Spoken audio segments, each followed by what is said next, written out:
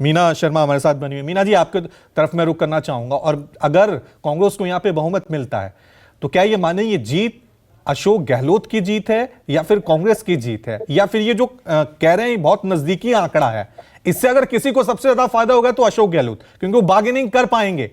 CM के लिए। निश्चित रूप से रवि, अगर ये जीत है तो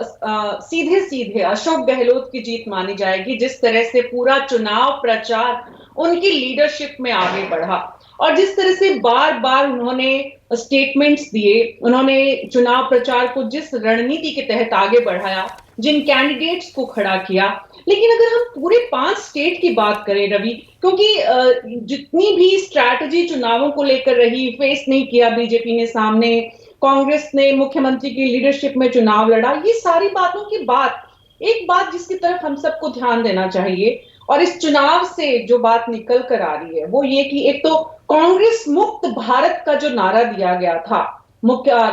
देश के प्रधानमंत्री की तरफ से, कांग्रेस पार्टी ने यह साबित कर दिया है इस चुनाव के दौरान कि वो कांग्रेस मुक्त भारत का नारा जो था वो तार्किक नहीं था, वो सही नहीं था। जिस तरह के एग्जिट पोल आ रहे हैं हम उनको सही माने। दूसरी बात जो कि बहुत सारी, हालांकि राज्य के मुख्यमंत्री ने कल न्यूज 24 और टुडे चाणक्य के जो सर्वे है उससे पहले ही, जो एग्जिट पोल आए उससे पहले ही उन्होंने स्टेटमेंट दिया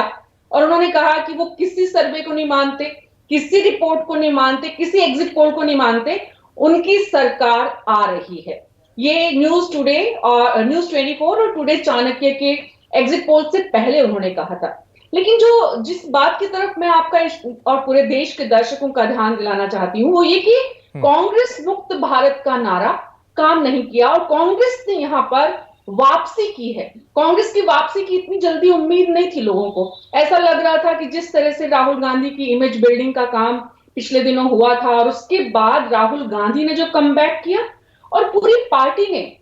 न सिर्फ राजस्थान में बल्कि दूसरे राज्यों में, राजीव रंजन जी जिस तरह से मध्य प्रदेश की बात कर रहे थे कि वहां पर जो न्यूज 24 और टुडे चाणक्य का जो एग्जिट पोल है उसके जो आंकड़े हैं उससे विपरीत वो कुछ देख रहे हैं। हो सकता है कि वैसी स्थिति राजस्थान में भी देखने को मिल जाए, क्योंकि जितने भी वरिष्ठ पत्रकारों से और राजनीतिक विश्लेषकों से हमारी पिछले शोज के दौरान लगातार जो बात हो रही है उसमें एक बात साफ तौर से निकल के आ रही है कि भले ही एक सीट ज्यादा आए लेकिन सीट बीजेपी की ज्यादा आएगी राजस्थान में, और उसके तार्किक कारण भी बताए जा रहे हैं। जी रवि, ठीक है, साफ तौर से, क्योंकि हम लगातार कह रहे हैं कि एनालिसिस है, ये एग्जैक्ट नतीजे नहीं है। एग्जैक्ट नतीजों के लिए आपको 3 दिसंबर को न्यूज़ 24 के सामने आना होगा, देखना होगा, क्योंकि उस दिन नतीजे सामने आएंगे। फिर ये एनालिसिस और ये नतीजे आपस में कितना मैच खाते हैं ये उस दिन पता लगेगा।